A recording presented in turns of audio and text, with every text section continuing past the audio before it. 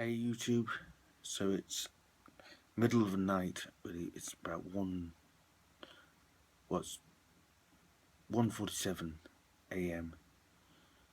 and I can't sleep because it's been a quake, and I did feel it. It's centered around Kyoto, Osaka and Nara, and it was about, it's small, 4.0 magnitude, but we're a bit worried because there's a long predicted Nankai quake, and yeah, it shook me up a bit actually, so sorry.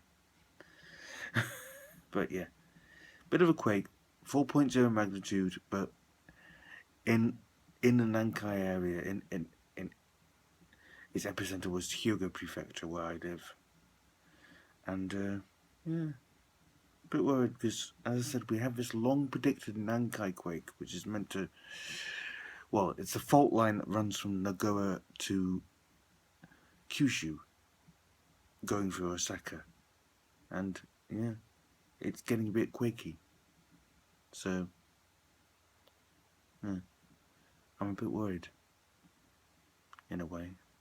Anyways, sorry. See ya, bye.